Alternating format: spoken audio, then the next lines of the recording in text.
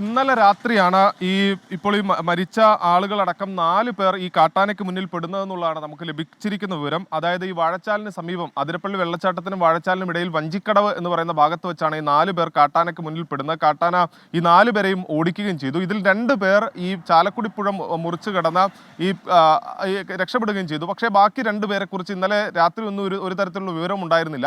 ഇവർ രക്ഷപ്പെട്ടിരിക്കാം എന്നുള്ളതായിരുന്നു ഈ കൂടെ ഉണ്ടായിരുന്ന 2 പേരും കരുതിയിരുന്നത്. ഇന്ന് രാവിലെ എത്തി ഇവർ നോക്കുന്ന സമയത്താണ് ഈ വഞ്ചിക്കടവിന് സമീപം 2 പേരെയും മരിച്ച നിലയിൽ കണ്ടെത്തുന്നത്. ഇതിൽ രവി പാറയിൽ തല അടിച്ചു വീണ നിലയിലാണ് ഈ രവിയെ കണ്ടെത്തിയിരിക്കുന്നത്. പാറയ്ക്ക് മുകളിൽ തലയിടിച്ചു വീണ രീതിയിൽ രവി കിടക്കുകയാണ്. അതോടൊപ്പം തന്നെ ഈ ഒപ്പമുണ്ടായിരുന്ന ഈ അംബിക എന്ന് പറയുന്ന സ്ത്രീ, അവരും ഈ പുഴയോട് ചേർന്ന മേഖലയിലാണ് മരിച്ച നിലയിൽ കണ്ടെത്തിയിരിക്കുന്നത്. ഇന്നലെ ഈ 4 പേരെയും കാട്ടാന ഓടിച്ചിരുന്നു എന്നുള്ളതാണ് പറയുന്നത്. അവിടെ നിന്ന് ഇവർ ഓടി രക്ഷപ്പെടാനൊരു ശ്രമം നടത്തി. ആ ശ്രമത്തിനിടയിലാണോ ഏതെങ്കിലും തരത്തിൽ വീണ് പരിക്കേറ്റതാണോ എന്ന് സംബന്ധിച്ചും വ്യക്തതയില്ല. എന്തായാലും ഈ കാട്ടാന 4 പേരെയും ഇന്നലെ രാത്രിയോടുകൂടി ആക്രമിക്കുന്നു, ഓടിക്കുന്നു.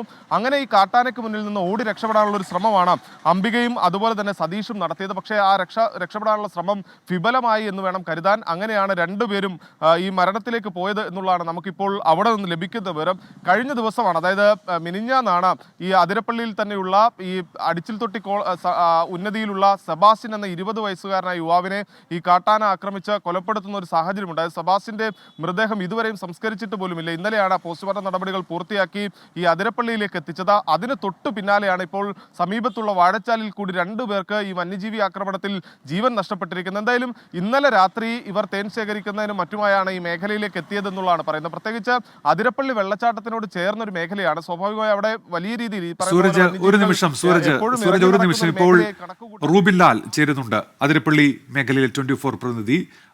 വ്യക്തത വരുത്താം ഇക്കാര്യത്തിൽ. റൂബിൻ, ഇത് കാട്ടാന നേരിട്ട് ആക്രമിച്ചതാണോ അതോ കാട്ടാനെ കണ്ട് ഭയന്നോടിയ ഇവർ അവിടെ പാറയിൽ തലയിടിച്ച് വീണാണോ ഈ സംഭവം, ഈ മരണം?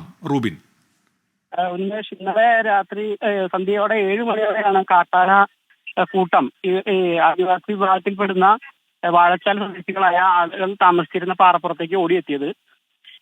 4 പേരാണ് സംഘത്തിലുണ്ടായത്. 2 പേര് ഓടി പുഴ കടന്ന് മറുകരയിലേക്ക് കടന്നു. ഇന്ന് രാവിലെ കൂടെ ഉണ്ടായിരുന്ന 2 പേര് തിരിച്ചു വന്ന് നോക്കുമ്പോഴാണ് ഒരാള് പാറപ്പുറത്ത് ആനയെടുത്ത് വീക്കി മരണപ്പെട്ടതുപോലെയും മറ്റൊരാള് പുഴയിൽ മരണപ്പെട്ട് കിടക്കുന്നതായിട്ടാണ് നമുക്ക് കാണാൻ സാധിച്ചത്.